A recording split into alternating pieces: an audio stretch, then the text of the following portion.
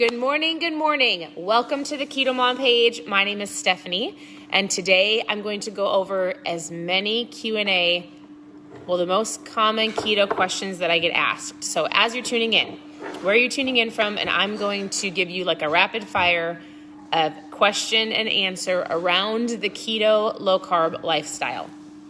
So just so you know, normally you see me and I just got done working out. This morning, I just got done showering. Someday you will see me all put together. Probably not very often.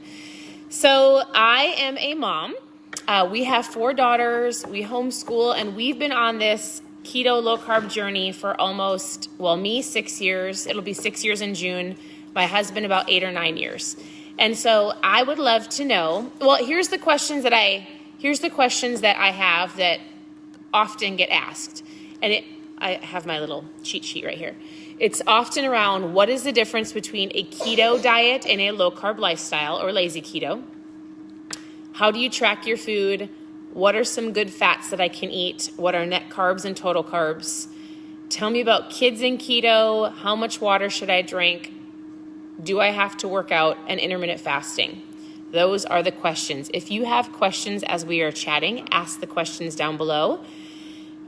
Whatever it is. So it doesn't matter what it is. If I see it, I'll write it down. If not, I'll come back and answer it in the thread when we are done. So, number 1, what is the difference between a keto diet? And often I will say, are you low carb? Are you lazy keto? Some people like to say dirty keto. So, I'm going to tell it to you the best I understand. I am not a doctor. I am not a scientist. I am a mom who has watched and learned, and the key word implemented, taking action on what I have learned into our family, into our home, into my lifestyle and my husband's. And so a keto diet, just so you understand, is about approximately 80% fat, 15% protein, and 5% carbs. 80% fat, 15% protein, 5% carbs. That's approximately under 20 carbs a day, the actual keto diet. And did you know that the keto diet was initially created and used for medical reasons for kids with epilepsy? So the keto diet wasn't initially started for somebody to lose fat loss. Now, when studied and when looked at, scientists and doctors realize the power of ketones. If you don't even know what that means and you're here and you're like, I follow you because you read. I love to read, by the way. Your body can run off of glucose or ketones, right? Glucose meaning carbs and sugar, donuts, bagels, cereal, bread, pasta, potatoes. Like you get that spike, right? Like you eat something and then you crash and you get the up and then you get the down. So your body can run off of glucose or ketones. But what they found is when your body's running off of ketones, your brain prefers ketones, your body operates better off ketones, you feel incredible. Ketones are a long sustained energy. So if your body is making ketones, not everybody's will, we'll talk about that in a second, then you've got a natural form of energy and focus and helps with your appetite control and so many other things. So, does that make sense? A keto diet is under 20 carbs a day. If you eat under 20 carbs a day, then you have the ability to eat the 80% fat, a lot of fat. Here's the kicker. Sometimes people want to do more low carb or like a lazy keto. What that means is you're not tracking all of your food. A truly strict keto diet will most likely have to be tracked in like MyFitnessPal or a carb counter, because you're going to want to make sure that you are eating under 20 carbs a day, you've got your moderate protein and your really high fats. If you just eyeball it, you're probably not going to get it right. Do you have to do strict keto? No. So here's where people just get frustrated. They might track their food for a certain period of time. We did that years ago. And my husband did it so to where he was like, oh, I know what I should eat. I know what I can eat. I know how my body feels, right? So most people would say, I eat lazy keto or I eat low carb. And what that means is you get rid of the buns off the burgers, the croutons off the salad. You'll grab a lettuce wrap. You just won't, I feel like I've got hair on my face. You You'll just eat more veggies and protein for dinner. You'll get rid of the pasta, the bread, and the potatoes. So a low carb, lazy keto, dirty keto. Okay, so for those of you on here, do you consider yourself strict keto or more of a low carb, lazy keto? I really hate the word lazy. So I would just say like strict keto or more low carb. And either one is fine. Because I feel like 90% of people that do a low carb, lazy keto feel like, I'll talk about those skinny syrups in a second. Actually, I'll make sure to talk about anything that's like a processed keto food. Somebody's asking like, what do you think of those keto syrups, keto foods or snacks? I'll tell you what I think in a second. So I wrote it down so I didn't forget. A lifestyle approach to a keto diet, I feel like long-term is more sustainable. I can go, for breakfast, I'm either going to intermittent fast or I'm going to have bacon or eggs or sausage. For lunch, I'm going to have a salad with no croutons. I'll put less dressing on it. Or if I'm ordering my food at a restaurant, I'll get the dressing on the side. For dinner, I'm going to eat a protein and a veggie. That type of lifestyle, I personally feel like is easy to walk yourself through for the rest of your life. Because you don't have to get stuck to your phone, stuck to tracking everything. People get overwhelmed and they get frustrated and they quit, right? Most people do a strict keto diet for a certain period of time because they want to get to the vacation, they want to get to the wedding, they've got an end destination, and then they throw up their hands and they go, oh, I did it. I lost the 20 pounds. I feel great. And then they go back to the way they were eating and then they gain it all back and then they have to start over. If you can implement making better choices forever, it doesn't mean you can't have a treat or you can't have a cheat day, but a majority of the times when you're eating you are eating better, low carb, right? Just so you know, the longer you implement this into your life, I feel like I look like a wet mop, like a wet dog, which I do, but sorry, I do. I did shower. The longer you can implement this into your life, you will find that things taste better without the bun. The other day, I had a bite of the bun and I was like, ugh, tastes like a sponge. Why do people not enjoy their burger and everything on top of it without the bun? The bun takes away the flavor. You will just naturally learn to love food and even the way it tastes without the bun and the bread because it just wrecks it, right? So I hope that makes sense. And whether you're strict keto or whether you are low carb, however you can choose to stay on this lifestyle and what works for you. There is not a one size fits all. So if somebody says, yep, pay me $28.50 and I will give you your keto diet, I want to say, don't you dare do that. Because your body processes food differently than somebody else's. You might be able to handle more keto snacks than somebody else can, like processed keto snacks. Or maybe you can have the low carb wraps that still have gluten in them, but somebody else can't. There's not a one size fits all. You have to know why you're here. Why do you want to feel better? And then you're going to have to take a little bit of time. You're going to have some ownership on your lifestyle and on this way of eating to go, I'm going to do this. I'm going to push through. It might be a couple weeks to get it, even a month. You guys, it took me a year. It took our family a year to truly understand like what we were doing, how we were feeling, and implementing this to where I didn't have to think about it. And so give yourself some time. You did not get to where you are today. You did not get to where you are today overnight. You're not going to get to where you want to go overnight. The air fryer sausages are done. Hey, can you make sure will you just take them out and make sure they're done? So that comes to tracking your food. You don't have to track your food if you're not strict keto. I want you to understand something and hear me very clear on this. This is super important. The question is, do I have to track my food and can I overeat calories? You don't have to track your food. Yes, you can overeat calories. You can overeat good food. Here's what people's mindset is. Oh my goodness, I'm eating keto. I can eat as much bacon and butter and fat bombs and keto treats as I want because it's keto. So maybe you get up in the morning and you're like, of course I can eat that pound of bacon. It's keto. Oh, I'm at my friend's afternoon party on Saturday. I already ate lunch, but it's fine. I'll eat the cheese and the meat. And I'll go, oh, that's made out of cream cheese. Yeah, I can eat that. Oh, yes. Now, mind you, I'm not hungry, but it's keto. I can eat it, right? For supper, you're eating food and you feel great. And then all of a sudden you're like, oh, I'm full.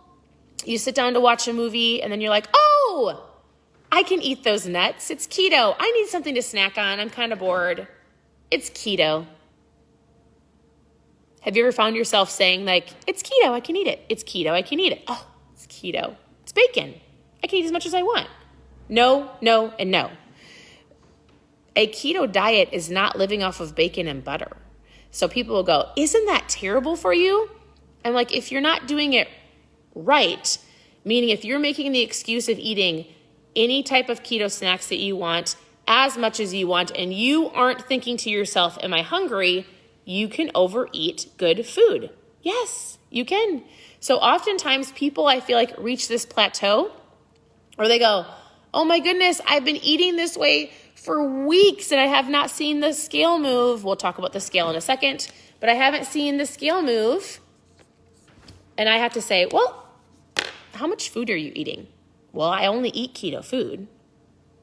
Well, how much are you eating? Here's the deal. It is great to eat some good high fats, right? You can only eat the 80% fat. You know how I said you can eat 80% fat if you were eating under 20 carbs a day, right? So avocados, good, healthy, organic butter, nuts, fish, right? Or olive oil, or all of those things are great. But you're not going to eat them whenever you want, as much as you want, if you were eating low carb.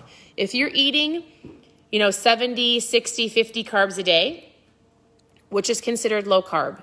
So if you're eating low carb, that's awesome. But if you're eating low carb and then eating as much fat as you want, you're probably going to get to the point where you're probably eating too much. I'll give you an example. I think it's 4 or 5 calories per carb, right? I think it's approximately 9 calories per fat gram. That means if you were eating as much fat as you want, but you're still not under 20 carbs a day, you just could overeat some good food. Is it bad? If you were like, I've reached a stall, then all I would say is ask yourself, how much food are you eating and are you hungry? That's it. Are you eating because you're bored? Are you eating because it's keto?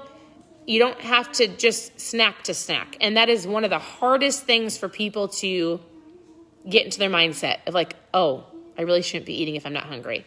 So track your food if you want to. I think it's great in the beginning because it helps you visibly see what to eat. But after long term, then you don't have to. Play-Doh? Yeah. Did you brush your teeth? Yeah. Okay. No. Go brush your teeth. Okay.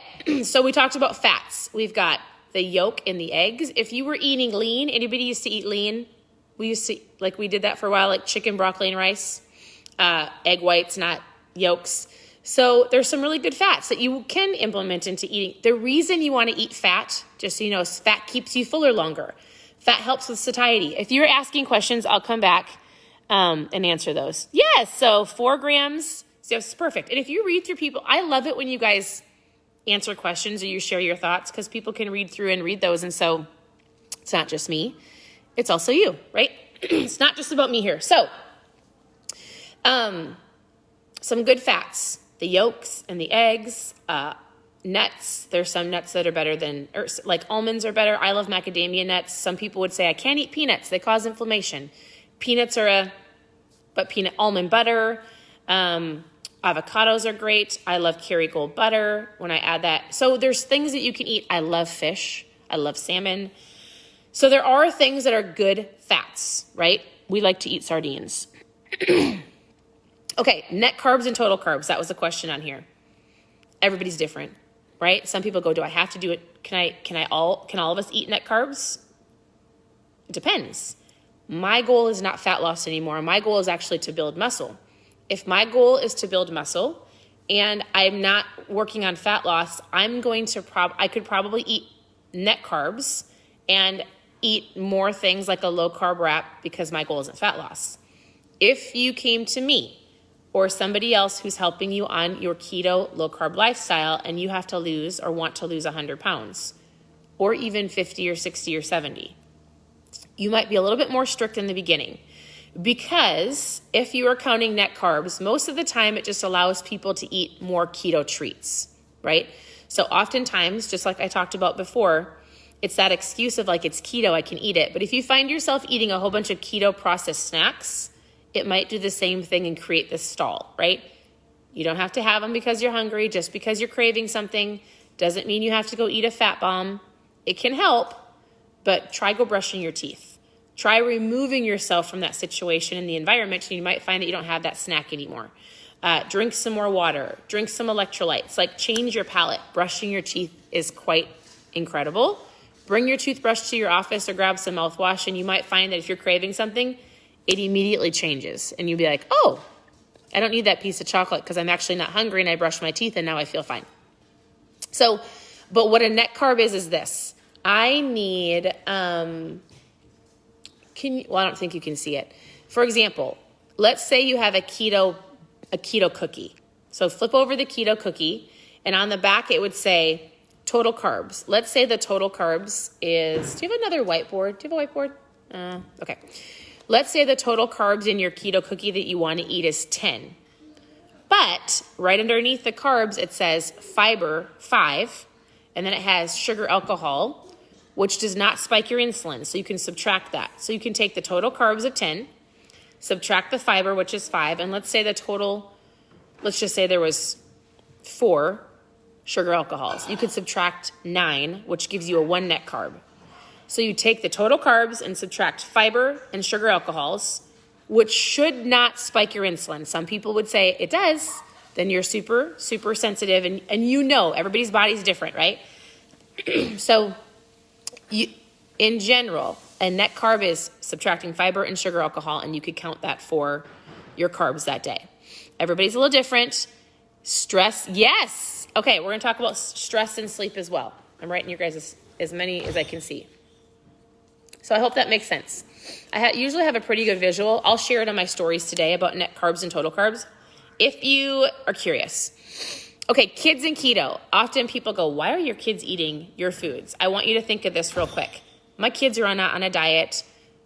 My kids are not on a diet, but they eat the meals that I eat, because if we can help our kids understand the power of food and how their body feels and processes food, you're going to set them up for success, right?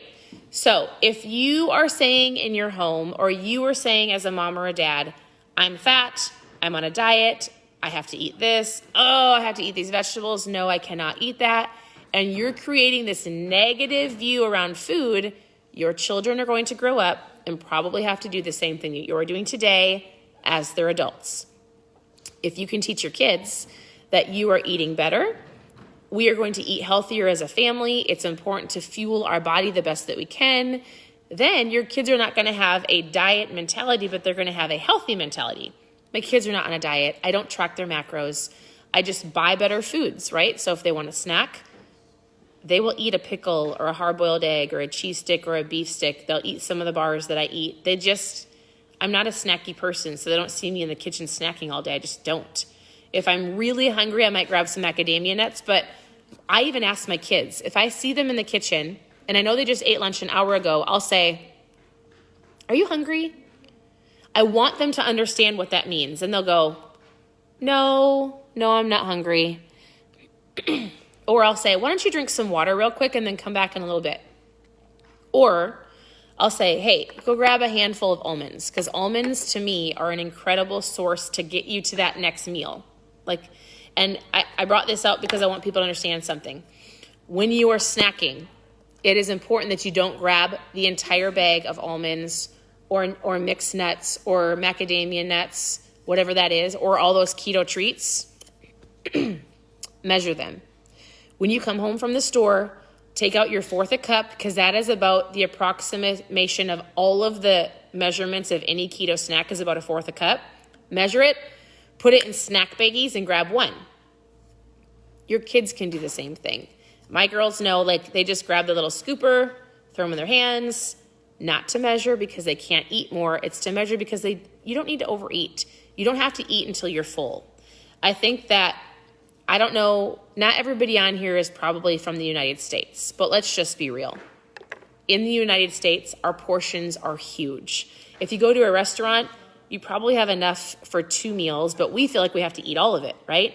Or like eat when you're full, but when you're stuffed, you most likely overate.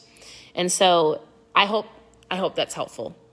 My kids are not on a diet. My goal is to teach them how to have a good relationship with food so that they can grow up and choose better food so they don't have to start when they're an adult and try to figure it out. Water intake. Water is super important. I often get lashback of like, what? I'm trying to read the comments. I'll come back and do another Q&A later with all the questions I didn't ask. But why I hate drinking water. Add some lemon, add some lime, add some electrolytes, but your water is super important. If you sneak a peek after you pee and your pee is yellow, you need some more water. Just carry it around with you. I always have water bottles with me. Set an alarm clock on your phone every 45 minutes to an hour that says drink your water. Go take a big gulp. So it'll help you, I promise. Working out. I often get people say, I just can't lose the weight because I'm eating great, but I can't work out. And I want to say, again, you have to give it time. We live in a fast-paced, instant society. You didn't get here overnight. You're not going to get to where you go. And if you get frustrated after 2 weeks, guess what? The next diet isn't going to work. It won't. I have to remind people, I need you to just think about this for a second. If you are drinking more water, you don't have to work out crazy. I mean, if you love to work out, awesome. But working out is not going to ultimately get you your results. You have to choose better foods, right? And so I often have to remind people, it's not overnight.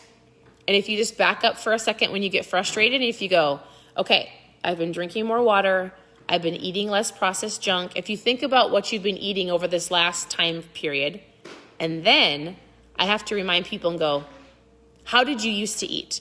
I often would have people say, oh my goodness, I can't believe that you are eating that way. It's going to kill you. And I always say, okay, if I'm eating more meat and more salads and more veggies and avocados and good things and I feel great, I hear what you're saying. What I hear you saying is, you want me to go back to eating the way I used to be eating, which is frozen pizzas, Debbie Snacks, corn dogs, mac and cheese.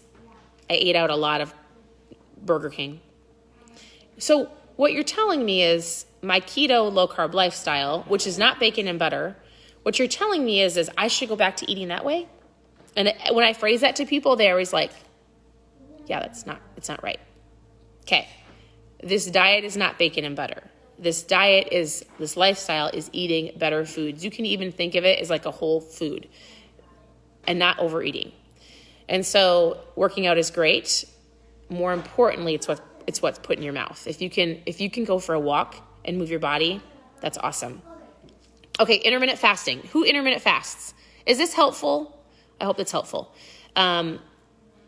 Are you an intermittent faster? You don't have to be, but a lot of people feel like it helps them on their journey, especially for fat loss.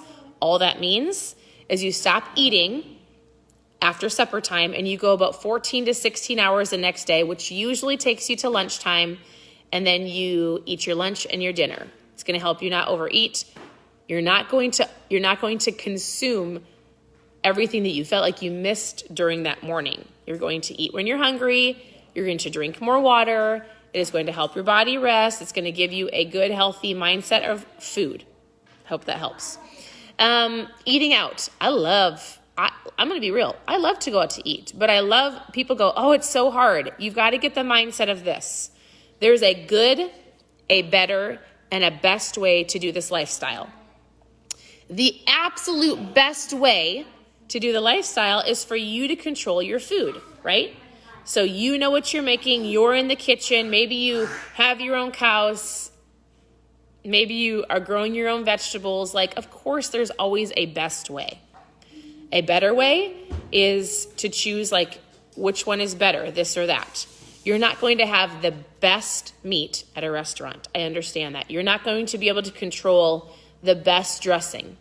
But what you can control when you go out to eat is you can take the buns off the burgers, the croutons off the salad, put the dressing on the side, grab a ranch or something that would be a better option, right? Or grab some chicken and veggies. Don't get stressed out when you go out to eat. Just choose a better option in the situation that you're in. I always say, if you can take 5 seconds before you eat the food that's in front of you, whether you're at your office or you're at home or you're at a restaurant or you're at a birthday party, and just take 5 seconds and go, in this environment, in this very second, what is my best option, right? What is the best option that I could so I'll give you an example. Years ago, we were at a Christmas party, and it was, we were at somebody else's house, and it was lasagna, and there was a salad and bread and corn. And my husband was really strict back then. So this is what he did. He loaded his plate up with lettuce. He said, what could I have? He loaded his plate up with lettuce. He cut a huge piece of lasagna. You guys, I'm not kidding. And he didn't even care. It was a family party. He picked up each lasagna noodle, and he scraped off the meat and the cheese and the sauce onto his bed of lettuce. And he did it for the whole lasagna. So all the noodles, I mean, that's pretty extreme. But he did it, and he was like, I'm not going to eat the noodles, and I'll eat everything on it. And he just made like a lasagna lettuce bowl. It was so funny.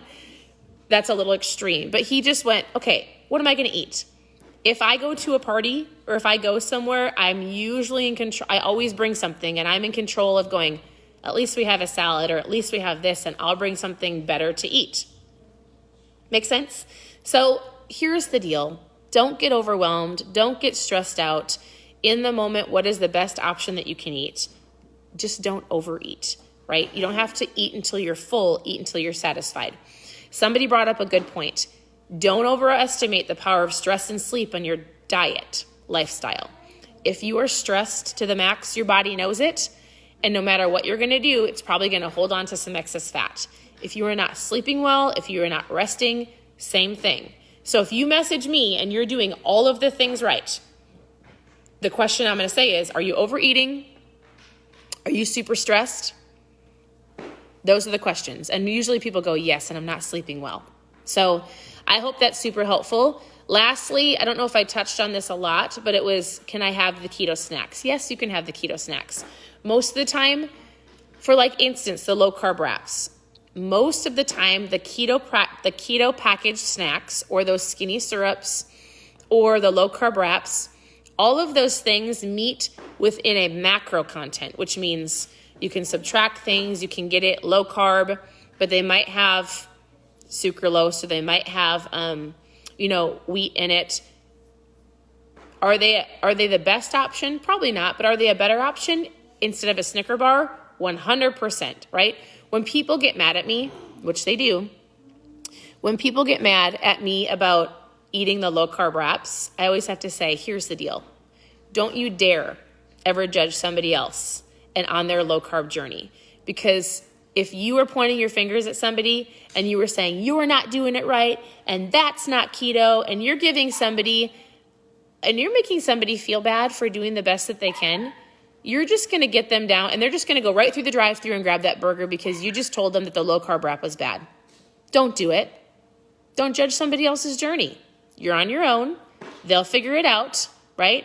And so, like, why is wheat bad? It just depends. Like, somebody might say, you know what? A sprouted wheat, like if you eat, what's that sprouted bread? It has to sit in the freezer. It's just the way your body processes gluten, right?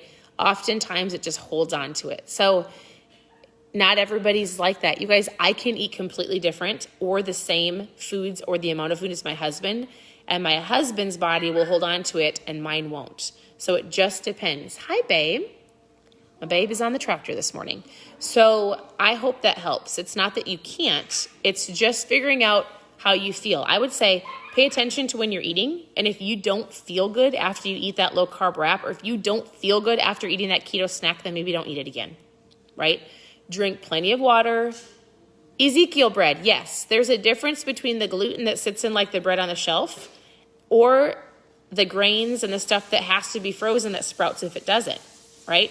And so there's just I would say this, in any area of this low carb lifestyle that you're working on, or keto, take it one day at a time, one meal at a time. Focus on like, okay, my next meal, what am I going to eat? Hey, before my next meal, I need to drink some water, right?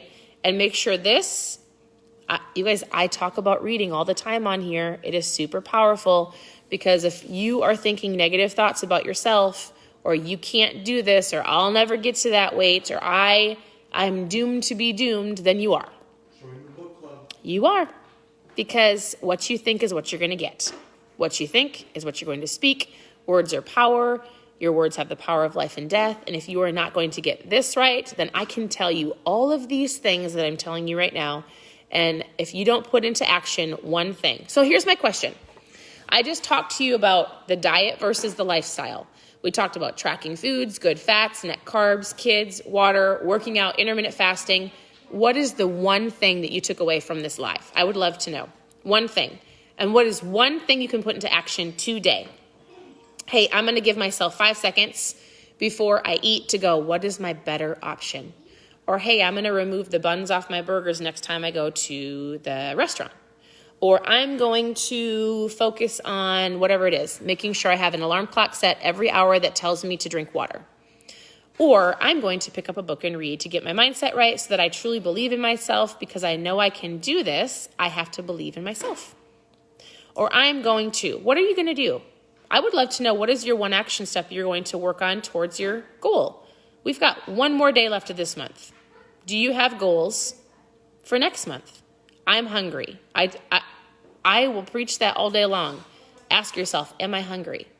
Then don't eat if you're not hungry. Am I hungry? It's really understanding the power of asking yourself questions and giving yourself permission to learn and grow.